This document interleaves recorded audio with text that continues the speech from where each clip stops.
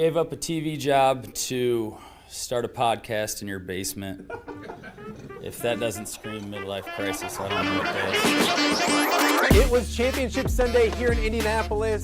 What's the mindset then coming in as a defending champion? I want to win. No, I want to win. The young lady over my shoulder, Caitlin Clark. Not the best looking guy. And I don't think anyone's going to sit here and say, Matt Randazzo was really good looking. What has this last month, 2 months, 3 months been like for you? It's an important fan base for the Fighting Illini, isn't it? It is. He turned 69 years young last week. He looked good, Coach. Oh, try it. Thank you. Welcome to Off the Air with Matt Randazzo here on a Tuesday in the Quad Cities. It's Tuesday, April 29th. Thank you guys so much for joining us. We've got a jam-packed show to get to today. Super excited about today's show. First and foremost, if you're watching live on YouTube, we appreciate that. Thank you so much. If you haven't subscribed, please do so. Rate us, comment, like, all of those fun things help us out a ton. So thank you so much for getting us up over 1,000 subscribers, and we're looking to build even bigger than that as well. So if you can, tell a friend or two or 10 about what we do here every single day at 10 a.m., every single weekday at 10 a.m.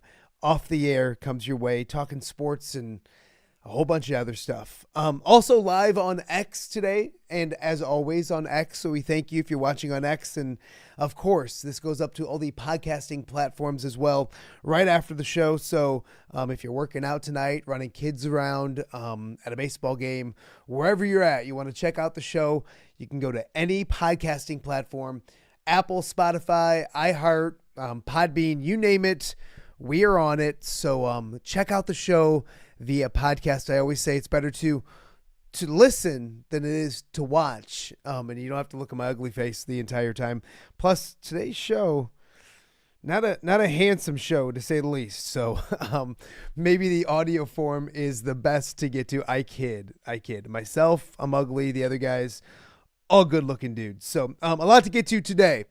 Coming up in a matter of moments, we're going to be joined by not one, but two Vanwetzingas. Joey Vanwetzinga, Pleasant Valley standout, committed to Iowa, went up to Iowa early, hopped into the transfer portal, and is now at Central Michigan, where he'll be teaming up with big brother Rusty Vanwetzinga as well. So both Joey and Rusty joining us in a matter of moments to talk about the decision to go to Central Michigan, what that culture's like up there with Coach Drinkle, who's been on the show here as well, a Bettendorf product as well. So a lot of good things going on at Central Michigan. Both Vanwetzingas joining us in just a few minutes. There's also a new head football coach out at North Scott High School.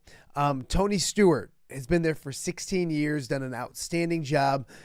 Great dude, both on and off the field. He has been promoted, made it official last night, that he officially is promoted, taking over for Kevin Tippet, who did a fantastic job for about 18 years at North Scott. So Tony Stewart will hit the ground running, and we're lucky enough to have Tony on the show with us. That'll come your way around 10:40. So new Lancer head coach Tony Stewart coming up in just a little bit. And also always busy times in college basketball, and the Fighting Illini landed another transfer. Andrej, where's my notes at? Stojaković, Peja's son, committing to Illinois yesterday.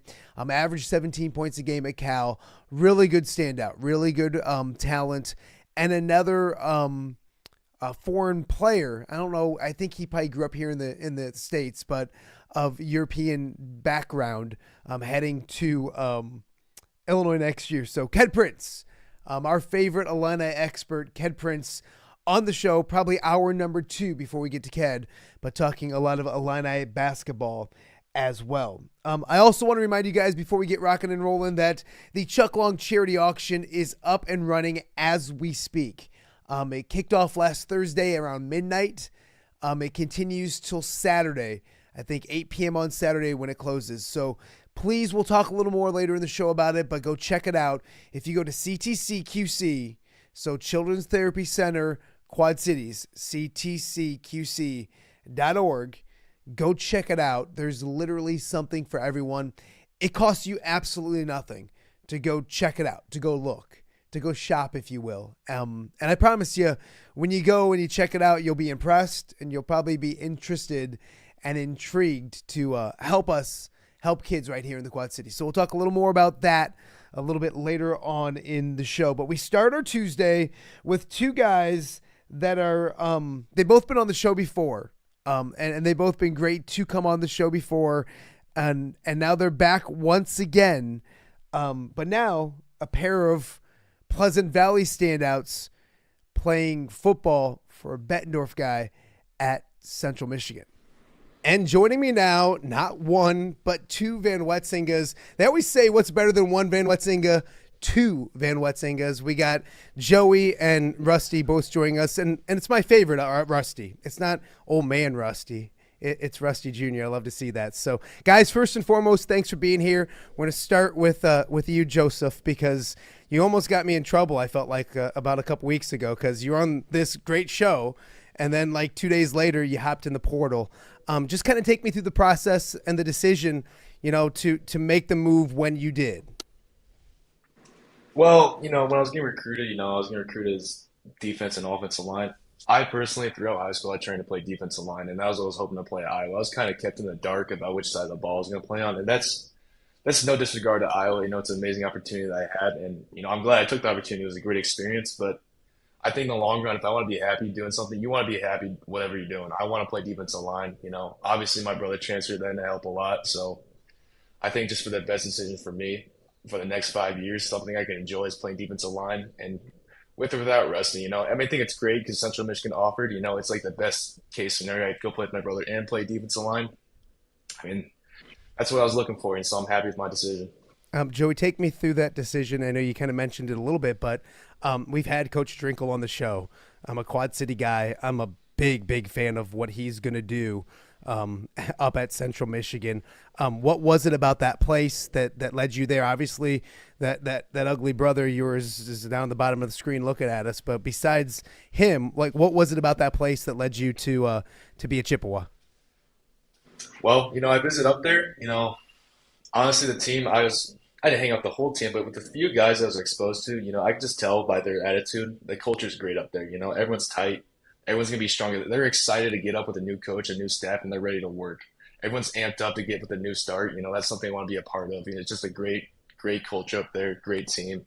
I just know things are going to be done right up there. So it's like, it's probably the best decision for me. I want to go up there when I work. I love the coaching staff. Extremely nice, extremely caring, and they're amped up to work this season. The whole new staff, they're ready to prove themselves. So that's something I want to be a part of.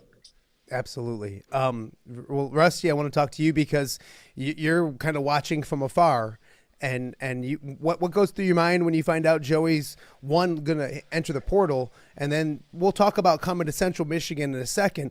But what was your thought process when he gets in the portal? And obviously, you wanted to let him make the right decision for him, correct? Yep, correct. For me, it was never like I wanted him to stay at Iowa necessarily. I just wanted him to be happy. Obviously, that's the number one goal, and I've done college football for a couple of years now. And I know if you're not going to be happy for 5 years at one school, there's just no point in staying there and making yourself miserable because it's not worth it at all. If you're going to commit 5 years of your time, 4 years of your time to a school and university playing a sport, you got to be happy and enjoy the process doing it. And if that's not at a school that you're at right now, then maybe it's time to go explore another option. So for me, I never necessarily wanted him to come to Central. I'm actually very happy he came to Central, but I just wanted the school that was best for him and what made him happy, whether I'm there or not. And he chose Central, and I'm rocking with it. So let's go. Do you recruit at all? And I mean, obviously, it's a natural fit. Everything looks good. I know you're excited when he get offers. But how were you? Were you a loud recruiter of, hey, get your butt up here, or were you just like stay back a little bit and watch and see what happens? I think I was more of a sit back and kind of watch. I wasn't necessarily just focused on just getting him to Central. I just wanted to help get his name out there and explore other opportunities that came his way. So if Central he came here and visited and didn't like it, all right, that's fine. Let's go find another school you're like cool with or whatever. So I was just more of like trying to give him advice because I went through the process too. And it's a tough process. It's a very fast process. It's like high school speed dating, just freaking one school to the next. So I just wanted to help him with the process, really. And if that was at Central, then it's at Central. But, other schools where you'd ask me about what to say, or, what schools, like what should I say, or would I just, I don't know, just whatever. Just anything he asked me, I just tried to help just based on my experience in the portal. Joey, did he help? Did it help having a guy that Oh, yeah. literally went through the same weird process? And guys, it is. It's a weird. Everybody's getting used to it. This transfer portal stuff isn't what it was 5 years ago. So did it help? And Joey, did you rely on that ugly older brother to help you through this experience? Well, yeah, absolutely. He went through it. Obviously he transferred to Central Michigan. He's gone through the process where I've never gone through it. It's a lot different than getting recruited out of high school. Completely different. It's more of like a business decision. It's not all this fancy stuff and everything. But my brothers went through before, it helped a lot, especially to make decisions, trying to get my name out there. Because I transferred so early, so it's not like I have a lot of film on me or anything. I just have to rely on all my high school film just because I was only out there for 3 months. So it helped a lot with him, trying to get my name out there, trying to get my film out there, trying to get my name out to other coaches. And I mean, it worked. I got my name out to a couple of coaches, got a couple of offers. So it helped a lot with my older brother because, he helped get my name out there and help spread my name. So it was definitely helpful. Rusty, if I would have told you the day after Joey committed and you were at Iowa that you guys would be playing college football together at Central Michigan under Matt Drinkle, like, you're shaking your head. Like, it's crazy. It's a crazy world. College football is weird, but what would you have said if I would have told you that, 2 years ago or whatever it was when he committed? I would have said, you're crazy. I probably would have hung up and walked away. You're crazy. No, but it's hard to understand the way college football works right now. And when he committed to Iowa, when I was still at Iowa, it was a dream come true. Playing at our dream school growing up, Iowa fans, I mean, I'm not going to hide it. I still support Iowa and all the coaches and all the great things that go on there. I have nothing bad to say about them. It just changed. The college football changed. Simple, just changed. So it's a business. And to be honest, I don't even like calling it college football, even though I'm in college. It's really semi-pro football. It's the minor leagues of the NFL right now. And we're treated just like professionals. So just to see the change, and once the change started happening my freshman year, I knew something could happen, and I was ready for it. But and I'm just really blessed to have him still be able to play with my brother at this level, because it's not very popular, or it's very rare to come upon. Yeah, no, absolutely. Joey, can you echo those comments, or do you echo those comments about Iowa? Because I know Russ, I see, people in Iowa do stuff, and Rusty, you're retweeting, you're showing Iowa love and all that kind of stuff. There doesn't seem like ill will towards Iowa. Joey, is that the same thing with you? There's not ill will, it's just you have to do what's best for yourself. Yeah, absolutely. I didn't want to spend the next 5 years up there. I was playing position, I didn't really love offensive line. I was willing to play. It was a great opportunity. I was expecting to play defensive line, but that never really happened out. And that's no disrespect to Iowa. Coach Burnett, he's an awesome coach. He congratulated me once I committed. He's an awesome guy. He's a great coach. I have no hatred towards Iowa. The coaching staff's great. They check up on you. They take good care of their players. They make sure you're mentally good, physically good, getting the right nutrition, everything. So, I mean, it was a great program, great experience, but like I said, things change. You want to do something that would be enjoyed in the next 5 years. Because when you enjoy the process, you get a lot better. You don't want to do something you dread for the next 5 years and get half effort. You want to do something that you'll enjoy and get better at, because it makes it a lot easier. Absolutely. Joey, correct me if I'm wrong. Were you up on your official this past week? How was your official visit, and what was it about that official visit that kind of checked the boxes for you to go to Central Michigan? Well, they made it clear with me, they want me at defensive line. I love playing defensive line. It's my favorite position in high school. That's why I played most of my high school career. Yeah, I played offensive line, but defensive line is my favorite. They wanted me at defensive line. They made it clear that they needed me at defensive line. So obviously that intrigued me a lot, And I went up there and I talked to the coaching staff. They try to connect with all their players. They try to get really close to them. They have good relationships with their players, That's something I'm looking for. And then obviously the players, I talked to some of the players up there. They're awesome, We're talking about fishing, all the good fishing spots to go up there, just having small conversations like that, just like growing that bond, it's something you want to be a part of. Because you're surrounded by people like that who care and want to do stuff with you, just share the same interests as you, just care about you as a person. That's something you should always have in life, Having that surrounded with a team, with those kind of people, it makes those 5 years, you're going to miss those 5. They're going to go by fast, but you're going to enjoy them and you're going to enjoy the process and you're going to do well up there. Absolutely. Rusty, are you done with spring ball now? We are, yeah. We just finished up, I think, 2 weeks ago. How was the spring? Was it what you expected? And how is it with the new, obviously there's a lot of newness. You're new up there, but a new coaching staff, all those kind of things. How did the spring feel and look for you on the football field? For me, I didn't know what the spring was going to even look like. I just had so much faith in the coaching staff because they all seemed very genuine and great people. Just besides the football aspect, they didn't just seem like good coaches. They seemed like great people. So that's why I didn't know what to expect when I came up here and practice. And I've never had a watching the practice at Central compared to Iowa was night and difference for me. Just how much of less stressful I'd say it was. Just I've never been really that close with the coaches before, as I am here. There's people you can talk to and BS on the side about life. Drinkle is the coolest head coach you could ever ask for in college football. He's really a high school coach that coaches in college, and it's rare to find.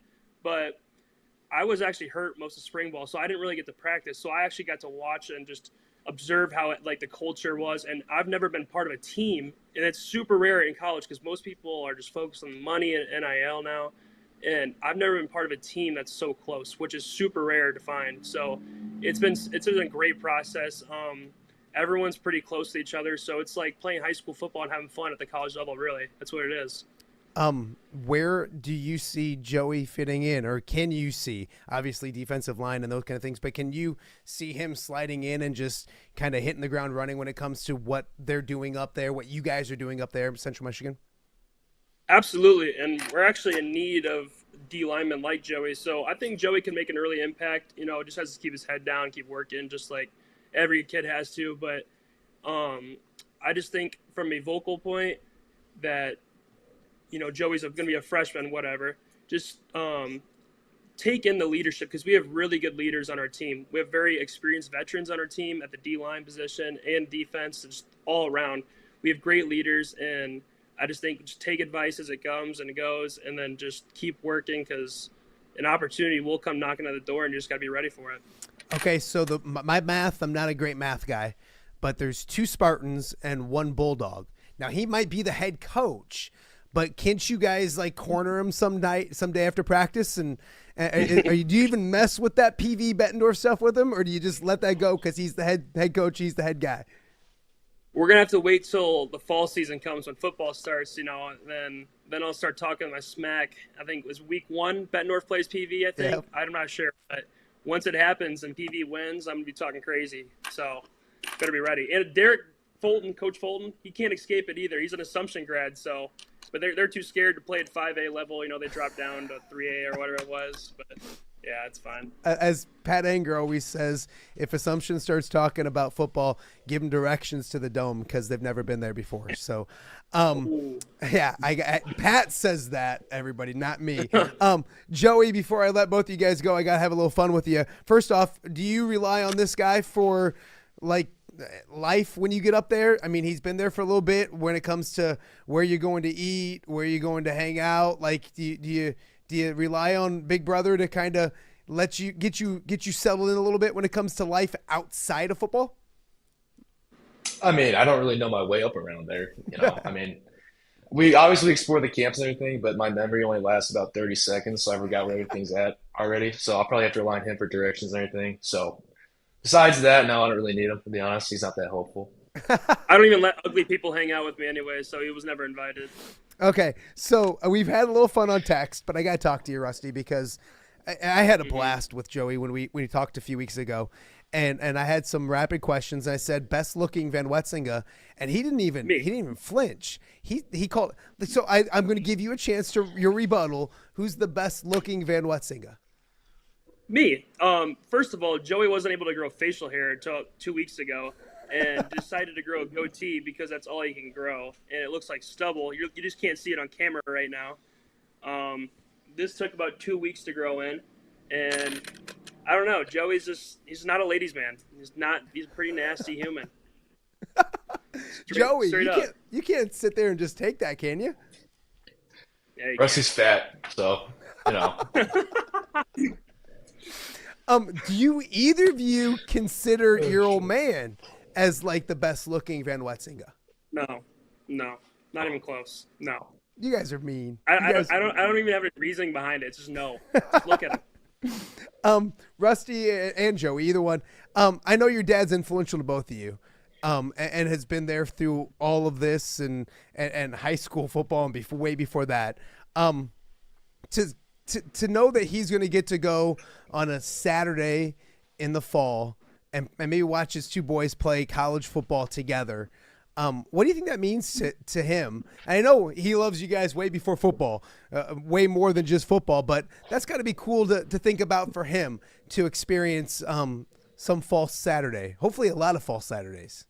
Yeah, well, I think the first plan was to drive 45 minutes to Iowa City to watch us play together, but, things changed. And I think having us at the same school, whether it's 5 hours away, 6 hours away, first 45 minutes, we're still at the same school. It's not like Joey's going out to Boise, Idaho to go to Boise State, and I'm going to Central Michigan, where traveling is going to take 2 days to go to our games or whatever.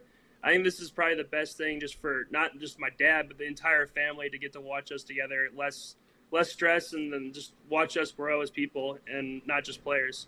Yeah, with all jokes aside, your dad, in my opinion, is a legendary coach here in this area. He's not young anymore. I think he's a little older than me. Oh, How much tread do you think are left on those tires when it comes to coaching football? I don't know. That's a good question. I don't think I could ever see him walking away from coaching, because if he stops coaching, he'll be at my cousin's game coaching from the stands. So I just don't see any time like he's stopping anytime soon. Like, there's just no way. But I love it. Joey, I same don't know thing? about Pleasant Valley, but I don't know. We'll see. I think he just gets bored without coaching, so Yeah. Yeah. he kind of needs to do it. You got to keep him out of He needs to trouble yell. some way, right? Yeah. Oh, I love it. One more before we let you guys go. When it comes to, and you mentioned it a little bit, but we talked about Coach Drinkle, Rusty, but Derek Fulton's up there as well. Dylan Doyle's up there, the Hawkeye connection of sorts. That place has a lot of Quad City flavor. And when I talked to Coach Drinkle, he said on the show, it feels like the Quad Cities. It feels like an area that we're. Can you kind of talk to that with the familiarity, a lot of MAC love, and the fact that it has that Quad City type of feel? Yeah, when I first came up here, it kind of feels like an Eldridge, like North Scott area, kind of. It's not as big as the Quad Cities, not even close, but it has everything like I would ever go to in the Quad Cities. Like, it has is a very homey like town, I'd say. Very, I don't know how to say this, but there's just a lot of local businesses to support and restaurants to go to, just like sports fans down in Bettendorf. There's a bunch of stuff like that, and I didn't think there would be that many things to do here, but there's plenty of things to do, such like golfing and fishing. But yeah, I'm doing everything I would do back at home right now and just enjoying it. All right, listen up, rapid fire. I'm going to say the question. You guys can both answer at the same time. It's basically Joey or Rusty, okay? In a 40-meter dash, who wins? Me. You don't. I'm faster than him. Okay. Too late, buddy. If we had a trivia night, do I want to have Joey on my team or Rusty on my team? Me. Absolutely. I'll agree with that one. History class. A+ in my dad's history class. All right. Well, Joey at least gives you that one. Okay. If I need a fourth to go golf, do I want to pick up Rusty or Joey? You definitely don't want Joey. He can't get the. I don't slice everything like you, bro. I don't slice everything like you, bro. My chip game is immaculate. His chip I game is swear. immaculate. That's why he's My a chip game is Chippewa. immaculate. That's why I will send some videos of your golf skills, buddy. That's why he was a Chippewa, because his chip game is immaculate. It's probably what did it. If I had an eating contest and I needed Joey. somebody to come and eat, would it be Joey or would it be Rusty? Joey. You. Joey is Oh my doing God. Joey Yeah, but the is- difference is I'm 6'2", 270, and you can see my abs, kind of. You can't. About You what? lost Rusty's 15 about years ago, 5'10", buddy. and he's got a beer belly like a 40-year-old.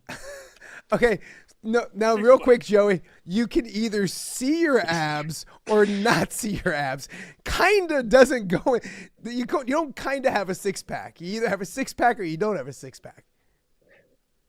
He doesn't have I don't one. have a six pack. I was lying. Yeah, I'm exactly. still leaner than you, bro. I swear I am. All right, you're not. I could do this for the rest of the day and have you guys go back and forth. And I think your dad's probably going to text me and say that leave him alone. You're probably picking on you guys too much. But I love the fact that you guys are back together. Last time you guys played together, your sophomore year, Joey, your senior year, undefeated regular season. We won't talk about what happened after that. No need to bring that up, but undefeated in the regular season, and we'll leave it at that. I wish you guys the best of luck. If you're in the Quad Cities, both you knuckleheads can have a team in my golf outing. So if you're back home, in fact, and this is no joke, Coach Drinkles might be coming back and playing on my team.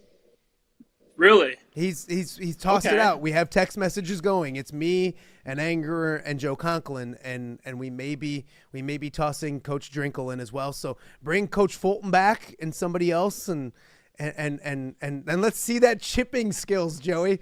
Let's see how good of a chipper you really yeah. are. Joey will be hitting my clubs all day. He won't be golfing. Terrible. I love it. I love it. So, hey, I wish you guys both the best. You guys are always good to me. I appreciate it. And go Chippewas. We'll talk to you guys real soon.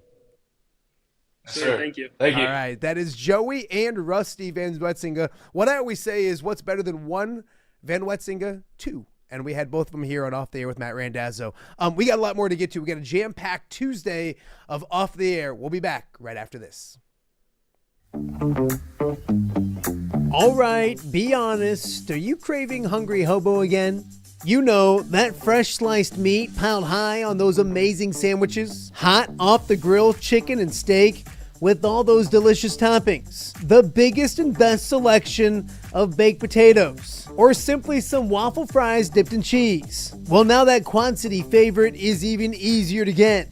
Download the Hungry Hobo app today. Order ahead, skip the line, and earn rewards all at the same time. There's Double Points Monday and exclusive specials as well.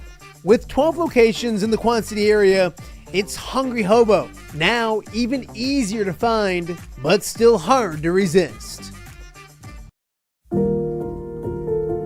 Rafferty Funeral Home, dedicated to serving families in the Quad Cities since 2007. Hi, welcome.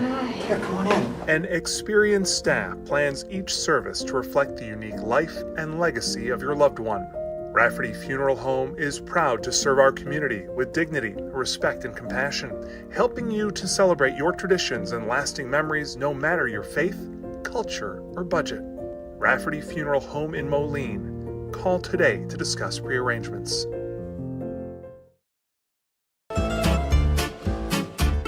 When it comes to quality, convenient pizza, Godfather's Pizza in Silvis has you covered. Featuring a beautiful dine-in area, delivery, and a carry-out window. Godfather's Pizza is that pizza you grew up with, not a convenience store. You see, at Godfather's Pizza, the dough is made fresh daily. That mozzarella cheese is shredded fresh and never frozen. And those toppings are abundantly piled high each and every time. Locally owned and operated since 2010, Godfather's is a huge supporter of local athletes right here in the Quad Cities. So come on by and check them out at 1211 Avenue of the Cities in Silvis. Order online at godfathers.com and reunite with that same delicious pizza you grew up with. Quad Cities, are you brave enough for halfway to Halloween? Friday, May 16th, the Steamwheelers battle on Tulsa in a night of haunted hits and bone-crushing indoor football action. It's spooky fun for the whole family, complete with a haunted house and high-flying IFL football that'll leave you howling. Snag your tickets now at steamwheelersfootball.com/tickets and come get scared and entertained. Friday night, May 16th, presented by Asylum of Mad Dreams and Slick Willie Radio. Please join us April 24th through May 3rd online for the 28th annual Chuck Long Charity Auction presented by Atlantic Bottling Company. This year's event features over 200 amazing items. The more bidders we have, the more money we'll raise for life-altering therapy for kids in need right here in the Quad Cities. So please bid high and bid often. Brought to you by these sponsors. The PGA Tour swings into the Quad Cities again this summer, and you don't want to miss it. The John Deere Classic brings golf, music, magic, and more to TPC Deer Run, July 2nd through the 6th. Wednesday, July 2nd is Youth Day, and ages 15 and under are free all week, making it perfect for the whole family. Stick around after the golf on the weekend for the concerts on the Course Series, featuring country superstar Dierks Bentley on Saturday, and Grammy Award-winning Zac Brown Band on Sunday. Come for the golf, stay for the party. Visit JohnDeereClassic.com to get your tickets before they sell out. Welcome back to Off the Air with Matt Randazzo here on a Tuesday in the Quad Cities. Of course, high school football season is still a little ways away, but one of the most wanted maybe jobs in the entire state of Iowa officially has a new head coach, and it's a very familiar face. Joining me now, the new head coach for the North Scott football program, Tony Stewart. Tony, first and foremost, congratulations. I know it seems like a while ago since Coach Tippet announced that he was stepping down. It's been a process, but to hear that you're the head football coach for the North Scott High School, what does that mean to hear that? Well, it means a lot. First of all, it's kind of surreal. It's been, before we started, I was going through the progression a little bit. I guess it was never, for me, it wasn't something that when I first started, that was what my goal was. And I've told Kevin this for many years. Like, Kevin, I don't want your job. I'm not trying to get your job. And then, we're here, and it feels like it's the right thing to do. And I'm really, really excited about it. Pretty humbling as well, put it that way. So I kind of mentioned that it was one of the most wanted jobs in the state of Iowa. I joked, but I'm not really joking. Like, it's a great program. It's in a great area. It's been successful. Kevin and yourself, and you've been there for a long time. You've done a great job getting it to where it's at. To get it with the fact that that a lot of people wanted it, kind of take me through the process, because obviously the program, the system, Coach Tippet. What was that process like finally being named the head coach? Yeah, so, from a personal standpoint, I was one of the first coaches. I know Kevin met with me and talked to me and let me know personally that he was ready to step down. And the first thing out of his mouth was, "Are you interested?" And, I knew when the time came, that would be the question from him. I don't know why, but he's always had a lot of confidence in me. In the last probably 5 to 6 years, we're coaching together. We'd be pregame or something going on, and he'd say, "When you're a head coach someday, this," or "When you're a head coach, you need to know this." And I just kind of I was like, "Tip, you're not done yet." But he's always kind of been trying to prepare me mentally, and then I think also, prepare me for the job as well. So when it came through, when he said that, I wasn't quite ready. But my wife and I spent a lot of time, praying about it, trying to get us on the right track. And I mentioned earlier, everybody has opportunities, right? In different businesses, coaches, I've had a number of opportunities to maybe go somewhere else, and like everybody does, but for some reason I just kept getting pulled back here. We love the community, but I'm like, I don't know why this other opportunity would be awesome too. Why can't I just take it? And this seems to be the reason. When we were going through that process, I found a lot of peace in it. And I'm really excited to get going. I love our kids, our community. It's going to be awesome. It's a dream come true. So. I got to ask you, when Coach Tippet says, "Hey, are you interested?"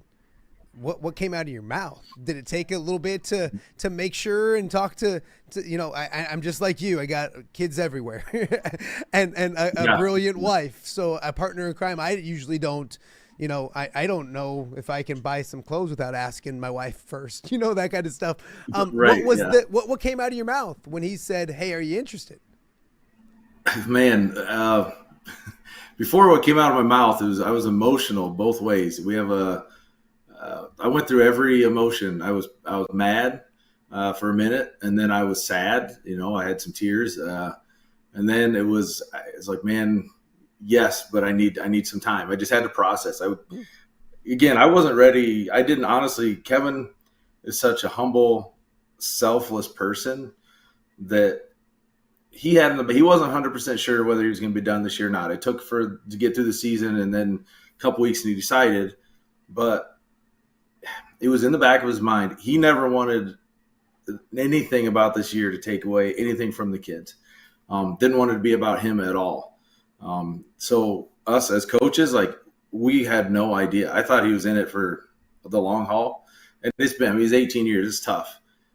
So I went through a lot of emotions. I wasn't ready for it. And then it was, I need some time just to process, and then I'll get back to you. So obviously you got back to him with heck yes. You now are the head football coach. How do you move forward? Because obviously you're different. You have your own, there's differences between what you and Coach Tippet did, but there's that familiarity. 16 years in a program, in a building with the players that are there now. How do you move forward? Obviously you want to have a nice blend of maybe what you want to do, and then there's that stability that's really nice as well. Talk about the moving forward process from now. Yeah. So I'm going to give you another tidbit here, and I'm not trying to be my dad. All right. But my dad's a Hall of Fame head coach in football in Iowa, and he's a Hall of Fame head coach for baseball. So he's got some pretty good pedigree. And one of the things he's told me before, this is actually a lot about like swing in a baseball game. Your swing, he goes, if it ain't broke, don't fix it till it is. Right. And so with that in mind, like, we're stepping into a good spot. It's not a rebuild. Right. So what I want to do is continue to build, and what I've learned from him, and hopefully my styles are going to be a little bit different. I mean, that's he knows that. And we've talked, and he's been so good at just saying, he goes, you don't have to be me. You're going to be you. And he's 100% right. But man, we're going to take a lot of what we do and have done and continue to do it, but also hopefully expand on some of the stuff that, myself and the rest of our staff can build on it, and I think that's the best approach to take. So I'm excited about it. You walked into the building, 16 years ago. And you were, I think you said, freshman head coach at some point. I mean, you literally worked your way up to being a head coach. Now, it took you 16 years. What took you so long? No, I'm just kidding. But can you imagine 16 years ago if somebody, when you walked into the building, said, "Hey, Tony, 16 years from now, you're gonna run this program"? What would you have told that person 16 years ago? I told them they're dreaming. That was not an aspiration. I played a lot of sports in high school, and I love football. Probably my favorite, I maybe should say this out loud, but my son knows, I said, probably my favorite sport to play was baseball, but man, I love coaching football. It's just, there's just a difference in coaching football. I've coached it all, and I love it. It's just a different kind of feel, the strategy, the team, and we got to hear now, I would have told that person that you're nuts. But man, when I look back, the progression, I never thought, but I mean, it seems natural, right? It just seems kind of a natural progression. Yeah. Tony Stewart, the new head football coach at North Scott, joining us right now and Off the Air with Matt Randazzo. Tony, it's a special community. You kept on saying you had opportunities maybe to go, and it kept pulling you back. And I completely agree. Mm-hmm. And the stadium looks great, and it's bigger and better than ever. And it wasn't just the team that was building. It was the program, the community around it, you watching from afar from what North Scott is. What makes that place special to you? What was it about that place? And I'm not saying the building or the field, but that community out there is pretty special. What is it about that community that kept the Stewarts there and now has them as a head coach? So this is kind of a cliche answer, but it's the truth. It's the people, and I'll give you examples of that. I mentioned we're not from the area. My wife grew up in Cedar Rapids. I grew up in Oskaloosa. We don't have family around. But when we were going through and my kids were young, the people that were there to support us was our community, and from a football standpoint, those guys have been with me through the highs and lows. And I mean, the things you don't see behind the scenes, from Kevin, Tim Brunken. When we had our babies, every time Tim would bring us, 3 or 4 month old diapers as a gift, he said, everybody brings you newborn stuff, but we're going to give you this for down the road. I mean, I don't know. It's a family, and that's cliche, but people take care of each other out here, and it's pretty awesome. So I got to talk to you about that head coach that's no longer the head coach. And you mentioned how selfless he is. Kevin Tippet is one of my favorite people, and I don't say that lightly. Got to know him, especially recently, and it's never about him. We had a great interview on the show when I first started this thing, and I tried to ask him about him, and he always deflects to the program, the kids, those kind of things. What is it about him that makes him special, and what have you learned from him over the last 16 years, football-wise, and then not football-wise, I guess, as well? Yeah, football-wise, he's taught me so much just about the game itself, but also gave me opportunities to fail, and Kevin, I'm going to go to Tim Brunken too. When I moved to defensive coordinator as a sophomore level, listen, I was never more than 3 feet from the football, and he says, hey, you're going to coach defensive backs. And I was like, what? And he told me I need to learn that position so I can be more effective as a coordinator. And that was such a big thing. So Kevin and Tim, they work together, just teaching you to think outside of what you would normally think, right? Like, well, I can't do this. I'm like, well, yeah, you can. You learn and you dive into it and you put your heart and soul into it. And so, from a football standpoint, I could go on all day of what I've learned with Kevin. But what was great, like we had a lot of balance. I mean, there'd be times where, O-line coach, I'm like, why'd you throw that? Just run the ball, But like there are times where, man, some of our big plays that we had in the playoffs were because we did things as a collaborative effort and he trusted us, and that's what, I'll continue to do as a staff. So you trust the people around you because you hire good people. And then off the field, like you mentioned it, Kevin was so selfless, things that you don't see that he would never want you to know. He's been there for our coaches through personal tragedies, our players through, from him, kid has an injury, they can't come to practice. He would always buy him Whitey's and make sure he goes and visits and checks up on him. Nobody needed to know that. Nobody knew it. He just did it. And I think those are the things where when you do that and then you come to coach, it's not always easy to be the nice guy all the time. Sometimes you got to be harder on kids, right? But when you do those other things, kids know you love them and you care about them. So you can have a good mix of, hey, I'm going to get on you, but I love you also, and here's why. Here's why we're getting on you. And that's probably one of the biggest things I've learned from Kevin. When Coach Tippet was on this show, he talked about the team he was leaving and the talent that he was leaving. And it's a good group returning, and there's a good core. How excited are you to get rolling in the right direction? I'm sure you've known and maybe it's not going to be hard because you know the kids and all those kind of things. But how good can you guys? I don't put any pressure on you, but how confident are you that you can keep this thing rolling? Because I know the cupboard's not bare up there. I know there's some talent returning, and you guys are excited about what you have coming back. Yeah, I'm never going to put that. Like our biggest goal as a coaches, the wins and losses, we say if you do things the way they should be done, wins and losses will take care of themselves. And our goal is to continue to do things the right way, to love kids, to build kids, to teach them have a servant heart, to teach them to serve each other, serve their teammates. I got a kid right now that you're in high school, we get everything, right? A kid right now that once in a while has a hard time getting out of bed and think, hey, he's texting me every day, just to let me know, hey, I'm on my way to school. Perfect. So like it's teaching kids responsibility and things like that are off the field. So then when he comes to the field, you've built that trust, you've built that love for each other and a care. There's gonna be, we're gonna win some games. There's gonna be some games we lose, right? But hopefully we do things the right way and we put ourselves in a position to be as successful as possible on the field because of what we're doing off the field.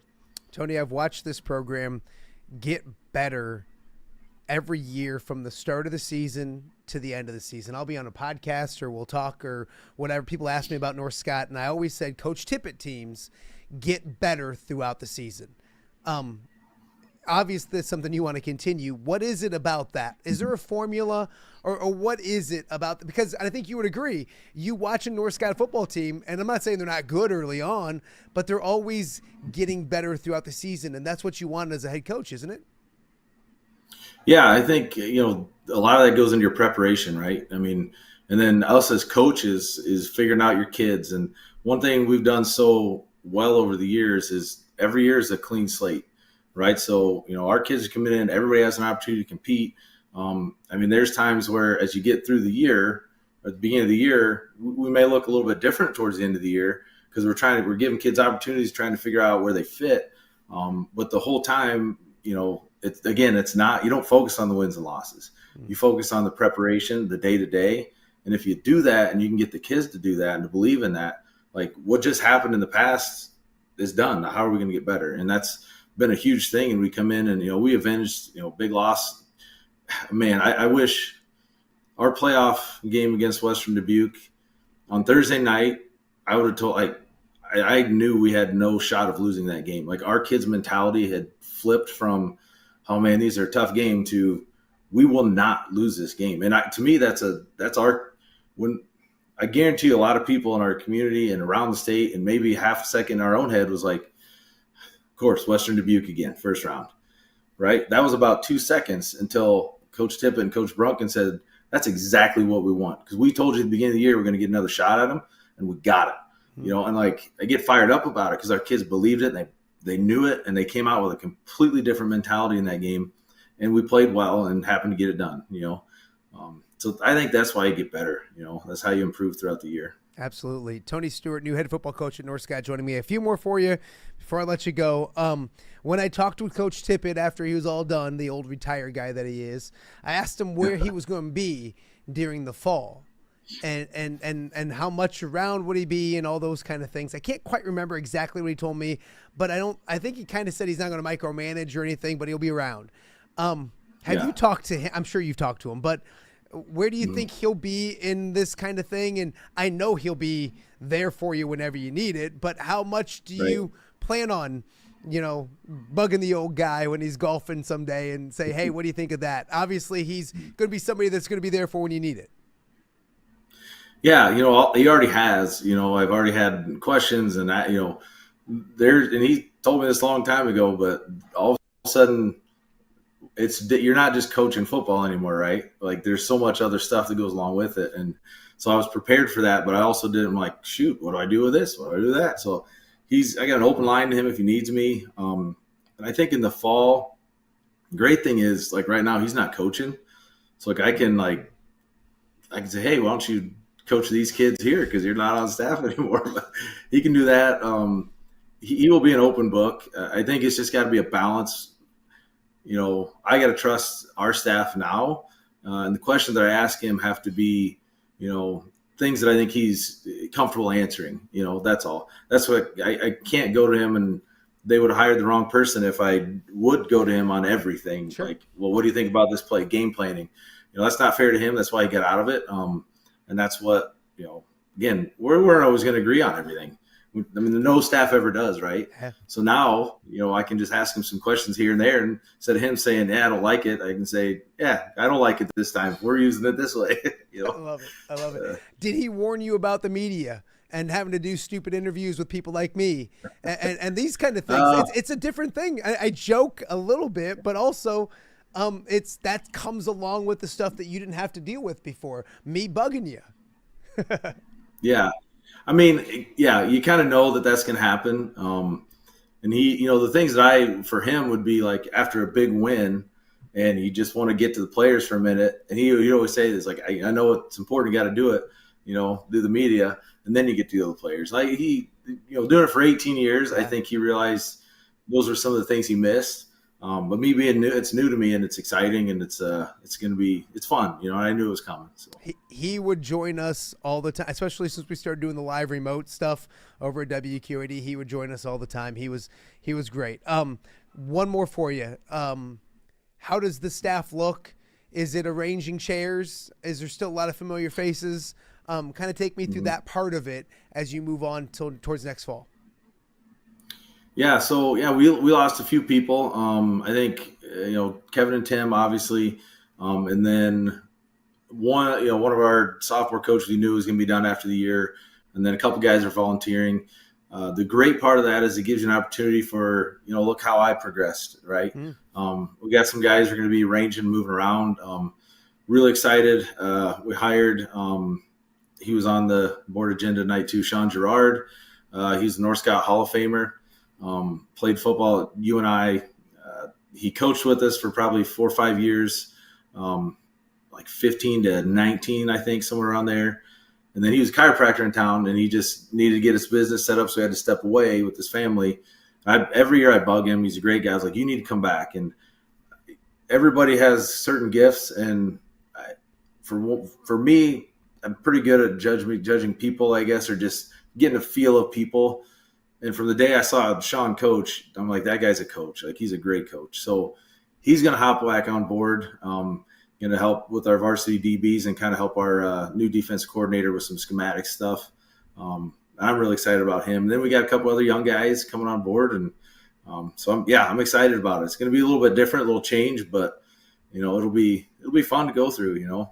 We haven't had a lot of change for 18 years. And we still have a lot of the other guys on staff, though. Like, we still have 4 other varsity coaches, or 4 total varsity coaches from last year that are sticking around. So excited to have that group too.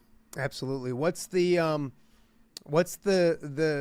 weirdest way people have congratulated you, or what do people say? What's it been like now that you're the new head coach? I know it's not been for very long, but obviously with open arms and welcome arm, are you used to it yet? Are you used to being the head coach in the short amount of time you've been the head coach?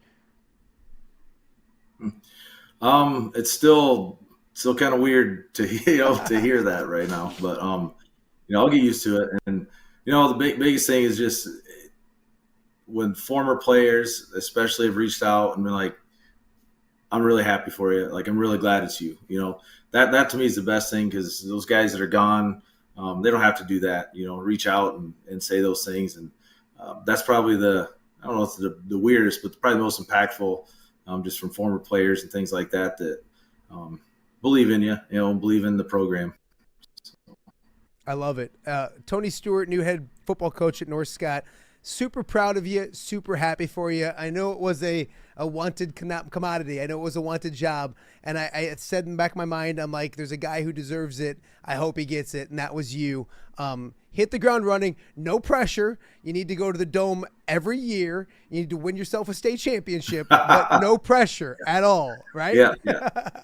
So, Okay, Tony, none. I appreciate it. Congratulations. Best of luck. And we'll bug you in the fall, if that's okay. Looking forward to it. Looking forward to it. Thank you. Tony Stewart, head football coach at North Scott. One great dude replacing another great dude. Lancer football is in very good hands. So we got a lot more to get to coming up on the show. Coming up next, we'll chat with our good buddy Kedric Prince as the Fighting Illini continue to add players that I can't pronounce to the roster. All that and much more straight ahead on OTA. Hello, Dan Pearson here of FCA. Our team is thrilled to support Off the Air with our good friend Matt Randazzo. We share the view of the power of sport when it comes to relationships, including the influence of the coach. FCA believes the coach is the most influential person in America. Matt celebrates local coaches and athletes. His content is informational, insightful, and inspirational. Our Fellowship of Christian Athlete team loves partnering with Off the Air with Matt Randazzo while we engage, equip, and empower coaches and athletes in our 23 counties.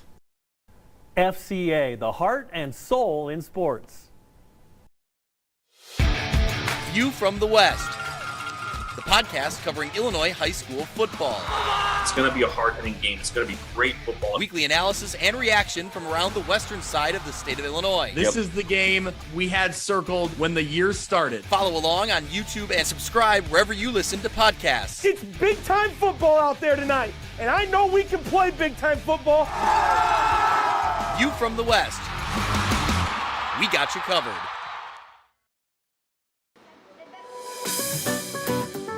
Are you looking for the Quad City's best chips and salsa? there's only one dude to turn to. Right on. Snoop. Hand-cut chips, fried fresh with that crunch you've come to love. And the most addicting salsa with delicious fresh ingredients each and every time. Pick up your chips and salsa, queso, enchiladas, and much more at the Stern Center in Rock Island. To place your order, simply call the man himself. It's Snoop at 309-314-8197 and find out for yourself what the rest of the Quad Cities already loves. Welcome back to Off the Air on a Tuesday here in the Quad Cities. Of course, always a busy time for college basketball. And I brought a good friend on. Kedric Prince is here from the Illini guys and a whole lot more. My Illini expert, because I'm glad I'm not on TV anymore because I don't have to pronounce for highlights the names of all the Illinois basketball players. It's been a good offseason, a different offseason. First and foremost, Ked, thank you for coming on. Welcome. How you been, buddy?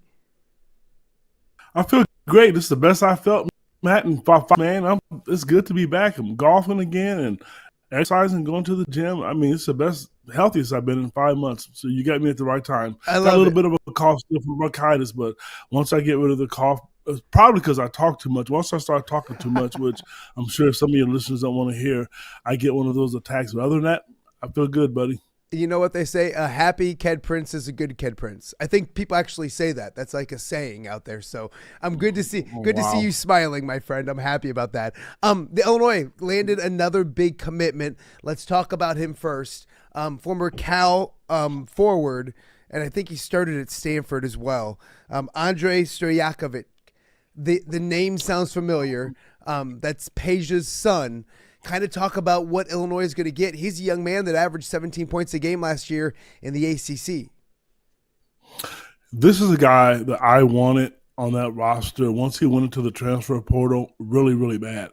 Every team needs that alpha dog, that guy who's aggressive, the guy who is going to be the leader, and the guy who could potentially just take over a game. It's him. Illinois put together a roster, and you're right.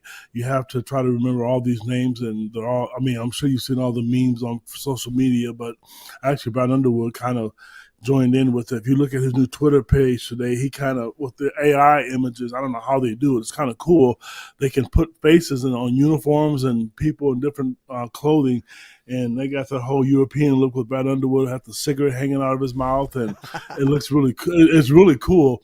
But to answer your question, this kid to me is special, and he could potentially. Now, people out there the Iowa fans are happy because they have a new coach. I think that's great. But I'm going to tell you right now, everybody's chasing Purdue. Everybody's chasing Purdue. And the next 2-3 teams are probably going to be Illinois, Michigan, or Wisconsin, maybe Michigan State. And no knock against Iowa, so don't run off the road, Iowa fans. But you're going to be better because you're going to guard now. That's going to be the one thing. But this kid could potentially lead the conference in scoring. He's that good of a player.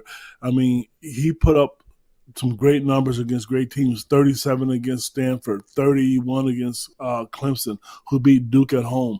He plays like his dad, and his numbers are great. A lot of people question his three-point shooting, Matt, because he shot 32% from three, but he was on a horrible team. Cal was, I believe, 14-16 last year.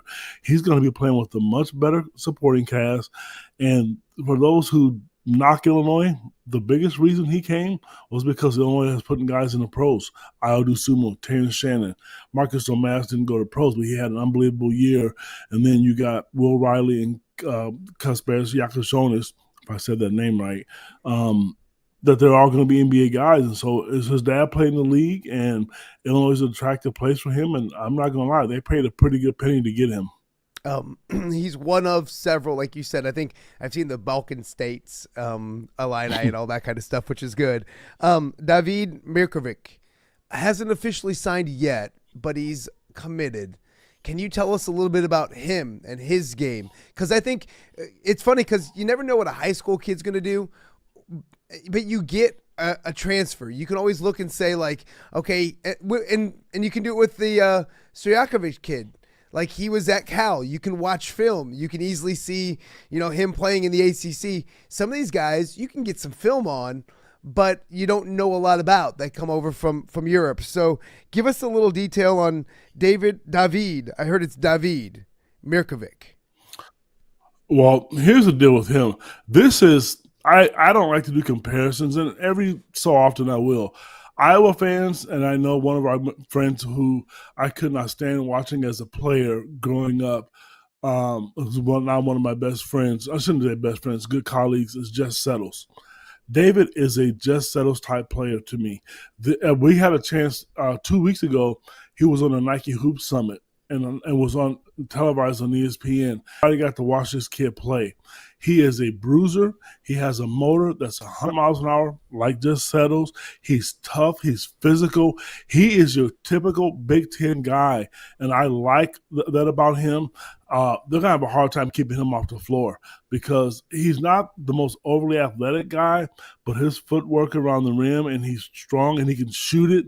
He's going to be a tough matchup. And like I said to you, I mean, everybody's trying to figure out who's going to start, who's not going to start. They're going to have a hard time keeping this kid off the floor. And he's only 19. He's one of the younger guys. He's only 19 years old. So he's one of the young kids that I really like that they picked up. And the thing about a lot of these players is because they're from, across the pond, I guess. They don't know a lot of the local guys don't know a lot about them. But obviously because we cover Illinois, we do. Mm-hmm. This kid's a player, Matt. I really do like him. It's funny because I was going to ask you who's starting or almost who's the odd man out, I think is the question. But I want to get quickly, is it Mahalo Petrovic? Yes. Give me your scouting report on that young man of what you know. Well, so how do I say this without making Illinois fans upset? I was not the biggest Kasparis fan in the world. I didn't hide that. I really didn't. I thought he was inconsistent, but a lot of people kept trying to tell me, Kedric, once he was hurt at the Washington game, he was a different player. So there was some truth to that. To answer your question, I think this kid is a better player because he will not be in the NBA like KJ, but this kid fills KJ's role, but I think he's more consistent. I think he's a better shooter. He's definitely quicker than Kasparis. And if you look at my Twitter page, I mean, this guy, I think he's had 5 game-winning shots, and they played yesterday. He had one yesterday. This kid's tough. Really, really tough, quick, athletic guard who's not going to get up and dunk over you, but he can get by people. And if there's flaws in these kids' game, I have no problem telling you. I'm not going to sit here and make this about strawberry pancakes and whipped cream. This kid, I like this team better than last year's team. And I said that on a number of radio shows and podcasts I was on last night. This kid, to me, I tell you what, I believe he'll be starting. That's how good of a player he is. Okay, so, and this is not a bad, I think I got your bronchitis bug, so I apologize. Excuse me. I'm sorry. No, and it's not a bad problem to have. I'm not saying this in a negative way, but where do all the minutes go? And I know it's something they'll figure out because you look at just, I don't want to say the foreign kids, but the European kids, and then you look at obviously Boswell's going to play a lot, and then Ty Rodgers came back, and then you got a couple freshmen. Have you thought about how Kedric Prince is the head coach of the Fighting Illini? Congratulations, I just promoted you. How do you see this panning out maybe this fall and winter down in Champaign? Man, I just like a quarter of that dude's salary. It's a pay raise. It's a pay raise. $4 or $5 million a year is a lot of money. Here's what's going to happen. I think you're going to play Colin Boswell. I think Milo's going to play. He's going to start the guard. Milo. Hopefully I said that right. I do know Tomislav Ibišić is going to start. Knowing what I know about Brad Underwood, and obviously Andrej is going to start. The wild card to me is going to be Ty Rodgers. I don't know what went on behind closed doors, but he was not going to play a lot last year. And I don't think he came back this year to sit on the bench. And knowing Brad Underwood the way I do, there's always one guy in the lineup that nobody can ever figure out why they're starting. And this is no knock against Ty Rodgers, If you go back to DeMonte Williams, people thought, man, why is this kid starting? Because there were so many other players out there that were better. So I just think this would be a guy where, not saying he's going to start, but if it were me, I'd put him out there because I think he fills a role like Trey White, but he also defends. Illinois has to be able to play defense, and Kylan Boswell plays defense. And if you had a chance to, talk to or read anything about Andrej when he committed yesterday, he knows they're going to score points, but they have to defend.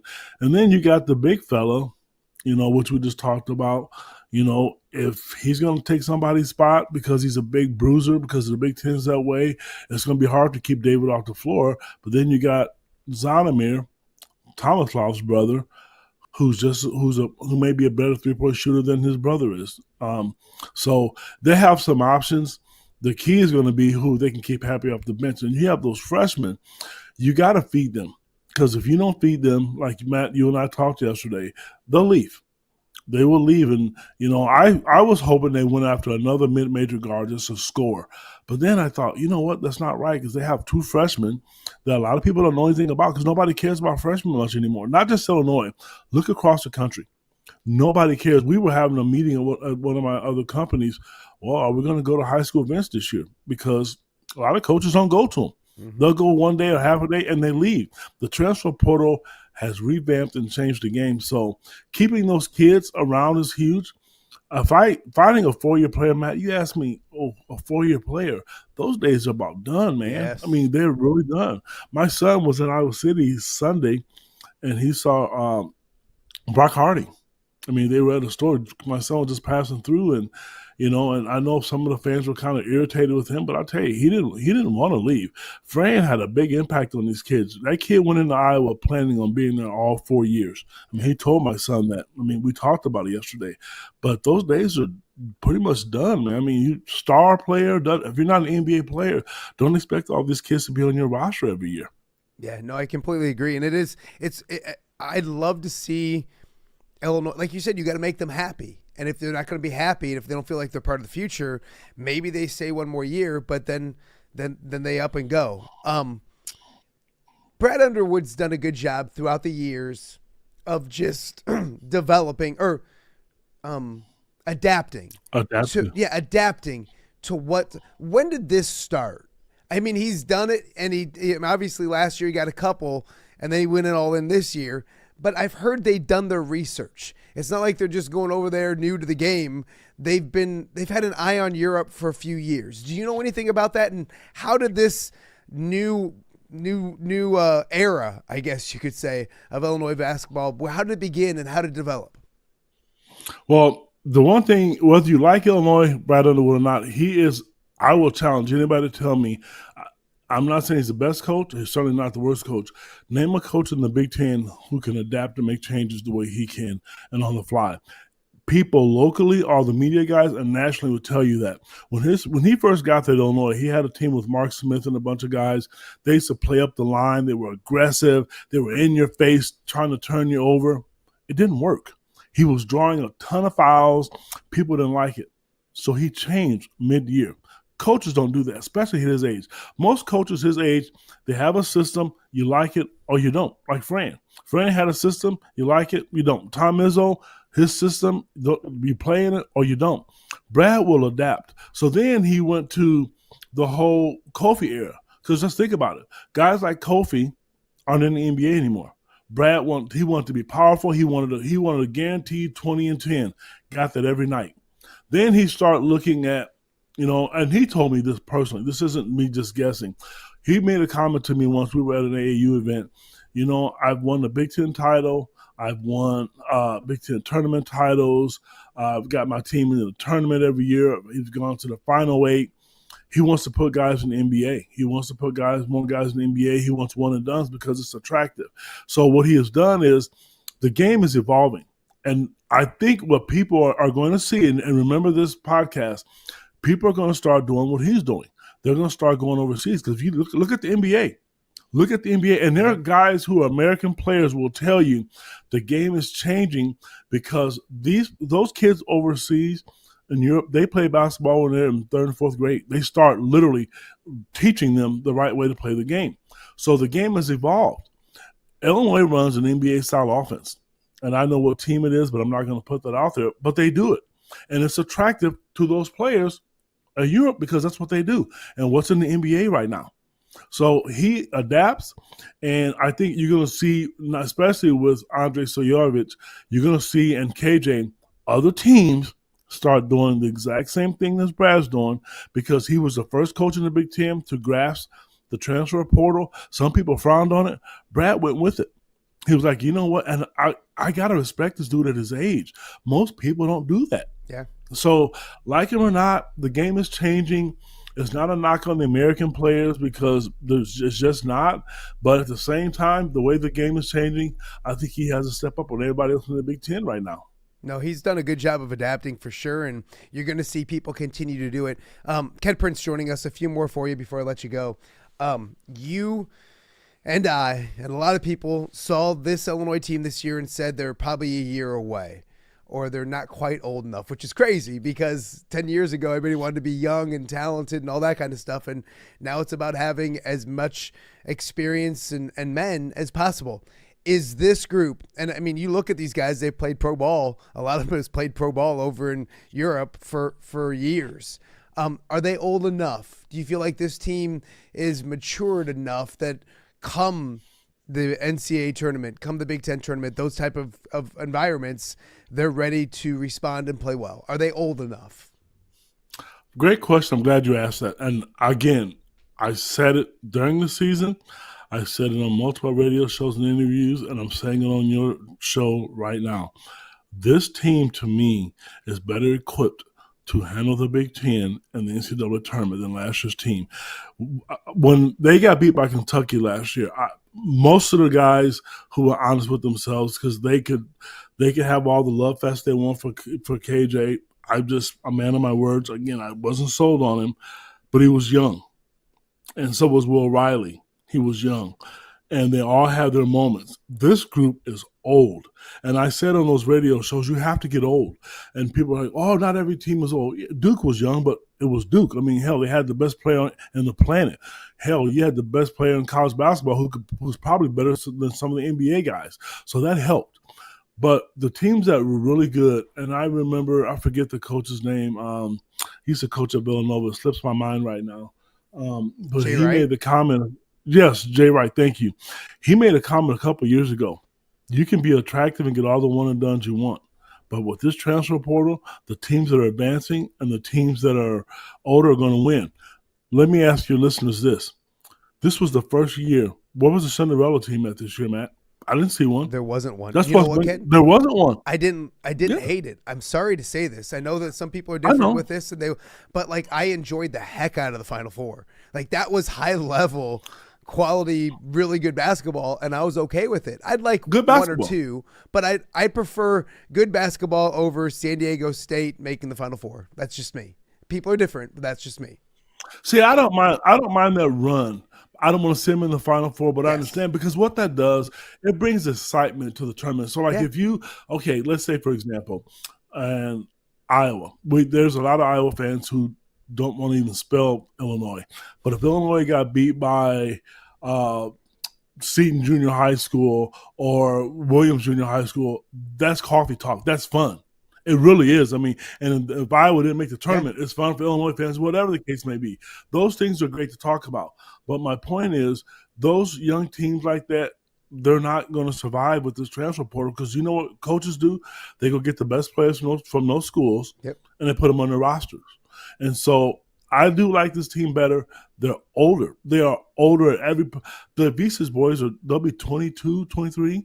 Yeah. You know, we mentioned Andre. He'll be 22. Kylan Boswell is really young. He's like my son. He'll be 20 years old, but I think he'll be a senior. But he's played 4 years of college basketball. And he's a grown man too, Ked.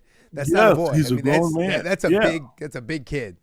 So. Yeah, and then you look at Milo, who is 22 years old as well. They got old, and Ty Rogers will be 21.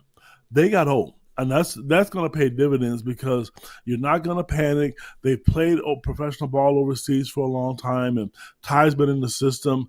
I just think, teams do what they want. But like Jay said, and he proved it, Kentucky got beat one year, and he was like, they got beat because they had a bunch of 18, 19-year-olds. It's not the same. It is totally different. And I think when Illinois went to the Final Eight 2 years ago, that roster was old. Mm-hmm. Terrence Shannon was 22, Coleman Hawkins 22, Marcus Domas 22, Quincy Guerriere was 22, 23. They were old. You have to be that way in basketball if you're going to win. But the flip side of it, you're not going to have a lot of NBA guys snooping around your gym, because last year there was NBA guys at Illinois' gym all the time because, like it or not, they like guys that are young and they look at maturity, and that's the way the game is. And whether you like it or not, that's just the way it is today. I completely agree. Although I will say this, I would love to see, I love the Final Four, but you're right. I'm good with a team getting to the Sweet 16. Like a Cinderella. Like, I love those first round upsets and all that. But by the time the Final Four hits, give me the best teams, and I enjoyed that for sure. Last one for you. What's left? What's next? What more does Illinois have to do? Is this roster done? Or how many spots do they have, and where do they look from here if they add any more before next year? Well, I have mixed feelings on this. Another great question. I just said earlier in this broadcast, I kind of want to see them go pick up a mid-major flamethrower. What I mean by that, a guy just can fill it up. But then I thought, is that the right thing to do? Because you asked me yesterday, we text, and then we talked about earlier in this podcast. You got two freshmen that can shoot the basketball. Mm-hmm. They can really shoot it. So to be selfish, yeah, I would like to see them go get a mid-major guard, just another backup, because you don't want to rely fully on the freshman. But the freshmen they got, both of those two kids, Keaton Wagler and Brandon Lee, they were Player of the Year in Kansas and in New Jersey. So they didn't just go get chopped liver. So I would like to see them add that other piece. But if they don't, I won't be upset if one of those two freshmen can kind of take the lead. But we talk about overseas and, going to get players. I know Matt Painter did it this year, and I'm going to say this. I've said it on a radio show last night. I think the Big Ten drought ends this year for the national tournament. The Big Ten is better. You look at, Iowa is better now, and I love Fran. They're going to be better. Wisconsin going to be Wisconsin. This is going to be one of Brad Underwood's best team. Purdue potentially. When you look at the preseason polls, they're number 1, 2, and 3 everywhere. That tells you, so either you better raise your game, get into the transfer portal, and continue to pick up players, guys that can defend. And even like with Iowa, you want to be young, but you want to be old, but if you stay young, you're gonna pay the price to shoot in the Big Ten. It's gonna be, and even UCLA and USC, all those West Coast schools are starting to figure it out. So it's not gonna be easy anymore. Okay, I gotta let you go, but do you want to say anything about anything you see on your screen right here? Oh, I was going to. So here's my complaint. I'm sorry to cut you off, man. I'm sorry. No, That's you're unprofessional. Good. No, you're good. That thing you're touching right there needs to be on the other side. I know you got 3 little things right there, but to me, that shows that they're in last place. I'm not a fan of my. I just have to separate it out. I did have Illinois and Iowa. I did have it like this, and I'll do it on TV right here. I did have it like this, so that like the Iowa and Illinois, that represents right there. Okay. That represents like the Quad Cities to me, and I mean that. Like growing up, this right here is how I grew up. It's not the same as it used to be. The rivalry, unfortunately, doesn't have the venom. I don't think right now it used to, because they don't play as often and all that kind of stuff. But that's my childhood, and it's still today. But that's the big. But look at this, Ken. I got an Illinois helmet on my set. Who would have thunk? I want to. Well, do I have a couple seconds? Yeah. You can go all day. Okay. You're the one who's got to get out of here. Okay. You made a comment about why the rivalry is not so bad. Do you know one of the reasons I think it got nasty was because of me and Tom Caker. When we did our radio show, I totally agree. I don't think people understand. Go back to the days when I was young. I had a bunch of hair on my head. I was arrogant as hell. I couldn't stand Iowa. Tom couldn't stand Illinois. We were sitting in the same studio. That weekend round ball basketball show lit the fire with a lot of people. So now we're older. Beards are white. We become wiser. There's still, like for me right now, I just don't, and I will tell all your listeners out there, I was a huge Iowa basketball fan. When Kevin Boyle was at Iowa and Steve Carfino, because that was the only thing on TV, I was getting up every Saturday to watch him play on TV. I became an Illinois fan because of Bruce Douglas. It was in 8th grade, and our coach, Duncan Reed, made us go to the high school. Hey, go watch these kids play. Michael Payne was on that team who ended up going to Iowa. So I watched Bruce Douglas, and I thought, damn, this dude was just in my high school. Now he's on TV. That's how the flip changed. He's the reason I became a big Illinois guy.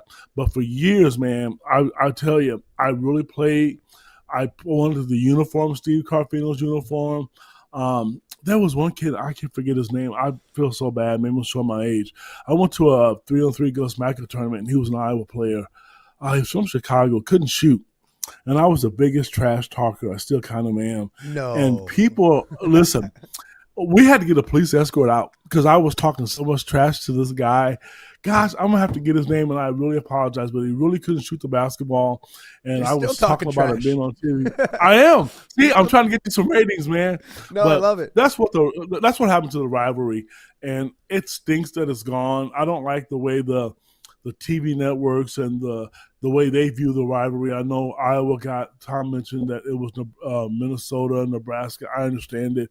Illinois got Purdue and Northwestern. Purdue's not a rivalry for me. Yeah. I mean, not like Iowa. I would much rather play Iowa than in both sports. That's just me. But especially around here, I miss that stuff. And a lot of parents raise their kids to be like arrogant like Tom and I were. Well, it's funny because I always say to my kids are kind of they still have it. They don't like Illinois. Like when I got married, my in-laws are Illini fans, so I made sure my kids were Iowa fans. Like I was overly like I kind of joke. My oldest doesn't eat cheese, and I think part of the reason why is he wouldn't eat it when he was younger because it was orange.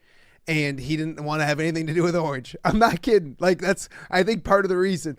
But I feel like there's a 12-year-old Iowa fan, an Illinois fan, and then there's a grown-up fans. And the 12-year-old Matt Randazzo hates Illinois, can't stand them. But when you grow up and you get to know people and you have like the Brody Hardings and the Cody Sedlocks and Bruce Weber. Bruce Weber's the first Illini coach that I sat down with. I think I talked to you the next day and I said, Ken, I like him. I hate it, but I liked him. He's a good dude. So you just grow up a little bit, but I love the old rivalry. I tell my kids, like, don't get too into it. Same thing with Bears and Lions because, there's no reason to lose friends over a rival and all that kind of stuff as well. So, but no, I wanted to point out to you that we officially, and this summer, you need to get your butt out to the studio when you're not as busy and you're not working so hard. You got to come hang out in the studio and do a show out here as well. I got a whole little setup. Oh, I will.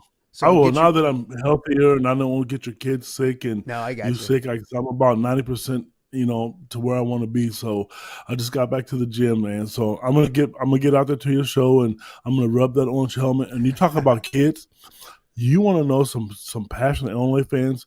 My kid and my daughter is like her dad. She's worse. Kennedy's the quietest of the family, but I'm telling you, that girl, she bought a golf bag, paid $500 for it, and that golf bag is beautiful. It's the coolest. Every time we go on the golf course, even the Iowa fans say, "Where'd you buy that?" Because they want to go get one. I did right Illinois, with my kids, obviously. Man. My daughter, oh my gosh, it is the sweetest golf bag. But you know what, Ken? Has a cooler and everything in it, man. That's what. Then you raise them correctly. I never understand when I'm talking to somebody and I know they're like an Iowa fan, and their kid will be an Illinois fan, or like they're a Cubs fan and he likes the Cardinals. It's like. My kids didn't have a choice.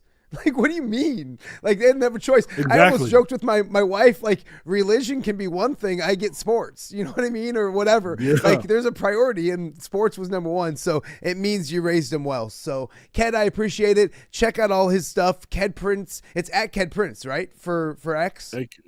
At Ked Prince 4, yep. At Ked Prince 4. Go check it out. And as always, my friend, I appreciate you. Glad you're smiling and doing well. We'll talk to you again soon. Thank you. All right. Ked Prince with the Illini guys and, of course, his own stuff right here around the area. Anything you need when it comes to Illinois basketball, Illinois football, which is going to be good again this year as well.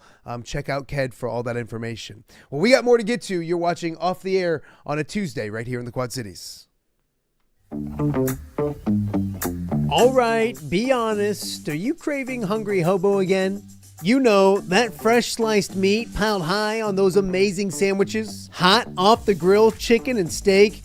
with all those delicious toppings, the biggest and best selection of baked potatoes, or simply some waffle fries dipped in cheese. Well, now that Quad City favorite is even easier to get. Download the Hungry Hobo app today. Order ahead, skip the line, and earn rewards all at the same time. There's Double Points Monday and exclusive specials as well. With 12 locations in the Quad City area, it's Hungry Hobo. Now even easier to find, but still hard to resist. Rafferty Funeral Home, dedicated to serving families in the Quad Cities since 2007. Hi, welcome. Yeah, come on in. An experienced staff plans each service to reflect the unique life and legacy of your loved one. Rafferty Funeral Home is proud to serve our community with dignity, respect, and compassion, helping you to celebrate your traditions and lasting memories no matter your faith, culture, or budget. Rafferty Funeral Home in Moline. Call today to discuss prearrangements.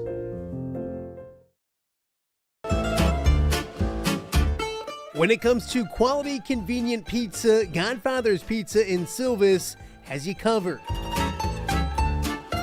Featuring a beautiful dine-in area, delivery, and a carry-out window. Godfather's Pizza is that pizza you grew up with, not a convenience store. You see, at Godfather's Pizza, the dough is made fresh daily. That mozzarella cheese is shredded fresh and never frozen. And those toppings are abundantly piled high each and every time. Locally owned and operated since 2010, Godfather's is a huge supporter of local athletes right here in the Quad Cities. So come on by and check them out at 1211 Avenue of the Cities in Silvis. Order online at godfathers.com and reunite with that same delicious pizza you grew up with.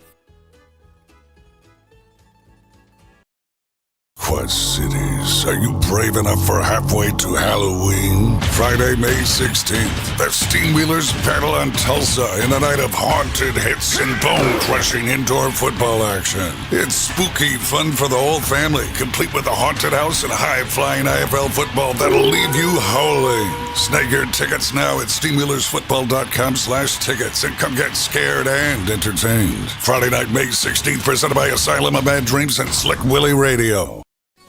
Please join us April 24th through May 3rd online for the 20th annual Chuck Long Charity Auction presented by Atlantic Bottling Company. This year's event features over 200 amazing items. The more bidders we have, the more money we'll raise for life-altering therapy for kids in need right here in the Quad Cities. So please bid high and bid often.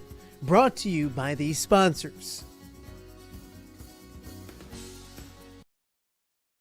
The PGA Tour swings into the Quad Cities again this summer, and you don't want to miss it. The John Deere Classic brings golf, music, magic, and more to TPC Deer Run July 2nd through the 6th. Wednesday, July 2nd is Youth Day, and ages 15 and under are free all week, making it perfect for the whole family. Stick around after the golf on the weekend for the concerts on the Course Series, featuring country superstar Dierks Bentley on Saturday and Grammy Award-winning Zac Brown Band on Sunday. Come for the golf, stay for the party. Visit JohnDeereClassic.com to get your tickets before they sell out. Welcome back to Off the Air with Matt Randazzo here on a Tuesday in the Quad Cities. Tuesday, April 26th. Thank you guys for joining us. It's been a fun Tuesday so far. We started things off with two Vanwetzingas. Joey Vanwetzinga, who just did commit to Central Michigan on Sunday, joining big brother Rusty. So two Vanwetzingas up there at Central Michigan. And we've had Matt Drinkle on, head coach Matt Drinkle, first year at Central Michigan. He's a Bettendorf guy. Derek Fulton's up there as well. He's an Assumption guy. So a lot of local ties with Central Michigan this year and in the future as well. So the Chippewas well representing when it comes to Quad City football. If you missed Joey and Rusty, go check them out at the beginning of the show. Also, there's a brand new head football coach at North Scott. It is Tony Stewart, being promoted to replace Kevin Tippet. Kevin Tippet, after 18 years, stepping down. Tony Stewart's been there for 16. So he's got a great grasp on what North Scott football is. Obviously, things will be tweaked and changed a little bit. But as he said, if it ain't broke, don't fix it. And that's what he plans on doing. North Scout football in great hands. Go check out the interview with Tony Stewart if you missed that one as well. And then Kedric Prince just chatted a little Illinois basketball with us. The Fighting Illini landing another commitment yesterday. So Brad Underwood going to the European route to reload this year when it comes to Fighting Illini basketball. And Kedric Prince and I talked about it a little bit, but yeah, I mean, if you're a incoming freshman looking to play college basketball, there's certain programs, and there's a lot of programs, but it's tough to find that program where you're going to get the best opportunity. Illinois is not one of them. I mean, if you're a incoming, and we talked, they got 2 really highly regarded freshmen coming in next year, but they usually have that. I mean, besides Coleman Hawkins and Will Riley last year, high school kids don't usually go to Illinois and make a big impact.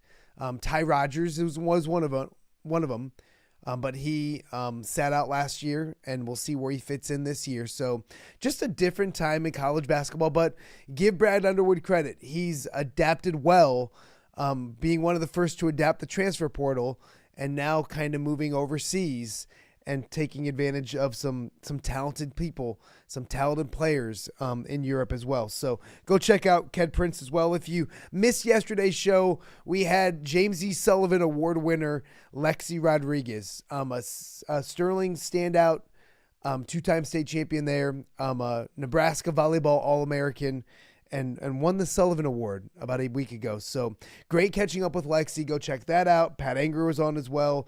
It was a full Monday on Off the Air. Go check that out if you will. We talked about it a little bit at the start of the show, but I want to remind everybody, boy, this cold is killing me today, but I want to remind everybody to check out the Children's Therapy Center website, ctcqc.org, the 28th annual Chuck Long charity auction in full swing. There's something for everyone, so please, it's on all of my social media.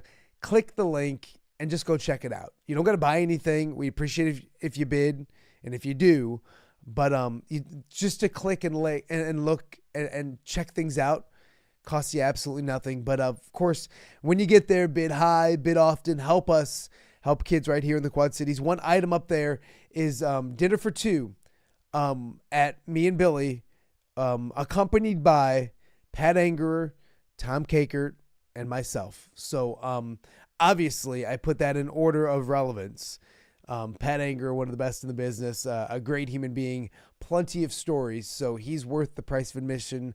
Me and Billy, a fantastic place to eat in Davenport. So check out that item if you're interested, if you're looking for a fun time, a unique experience you can bid on. But there's Caitlin Clark stuff. There's George Kittle, who just signed a huge deal with the San Francisco 49ers earlier today.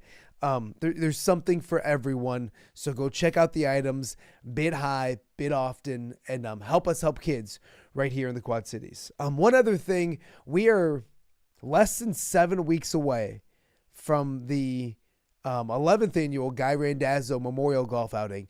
If anybody's watching this that doesn't know what it is, my father passed away from cancer about 13-ish years ago. And we started a golf outing in his honor, and it's grown and it's great. It's a ton of fun. It's a great week for me because I get a chance to reminisce a little bit, remember my old man, and then also have a great time and have a great golf outing. Been lucky enough and blessed enough to have a lot of people from around the area, a lot of former athletes come and partake in it and to tee up with us. So we mentioned Pat with the last package, but Pat Anger will be there. Joe Conklin will be there. Cooper Koch is getting a team of Iowa basketball players together. Cole Rusk is captaining an Illinois football team, which last year consisted of Luke Altmaier and several others, and they challenged a team from Iowa. This year, Zach Ortworth is captaining that team. So a battle of tight ends, and we have a trophy and everything. It's great. So plenty of familiar faces. Charles Jugasol will be out once again. There are some teams still available. So if you're watching this, you want to have a really fun time. Snoops will cater the entire event. On 7, you go to hole 7, and there's a basketball hoop there. You shoot baskets. You hang out on the hole. You compete against usually some Augustana players, whomever it may be. In the past, gosh, Dylan Sortillo and Christian Orange did it for like 4 straight years. It was awesome.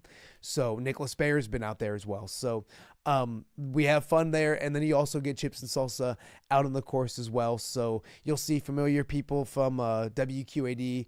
Corey Kuffler always takes part in it. James O'Hara always has as well. Very thankful for them. Shelby Kluver will be out on the course helping us out. So it's a great time. It's June 14th, Highland Springs Golf Course. Go to GuyRandazzoGolf.com. Sign up your team. If you're not able to sign up and you want to sponsor a hole or anything like that, all the information is right there. GuyRandazzoGolf.com. June 14th. It's Father's Day Saturday. I promise you guys, it's a ton of fun. So go check that out. Help raise money for a good cause. Help honor my old man. That's my why in doing the event. The charity thing is important, and of course, but my why is kind of remembering and celebrating my old man. So, it's been a fun show. Thank you guys for listening. Again, I want to thank Joey and Rusty Vanwetzinga. I want to thank Kedric Prince, and I want to thank new North Scott head coach Tony Stewart for being on. Tomorrow is Steamwheeler Wednesday. We'll talk more about the 5-0 undefeated Quad City Steamwheelers. Wednesday is always one of my favorite days of the week. Also, hoping to chat with new Bureau Valley head coach Pat Elder, making the move from Ridgewood to Bureau Valley. So we'll catch up with him and a whole bunch more. Hump Day is tomorrow with Off the Air with Matt Randazzo. And I leave you guys, like I always do, with a special thank you to all these amazing sponsors that allow me to do this show each and every day. It's 10 o'clock every weekday, Off the Air with Matt Randazzo. We're just getting warmed up. A lot more fun things to come in the weeks and months ahead. Thank you guys so much for watching. We'll see you back here tomorrow on Off the Air.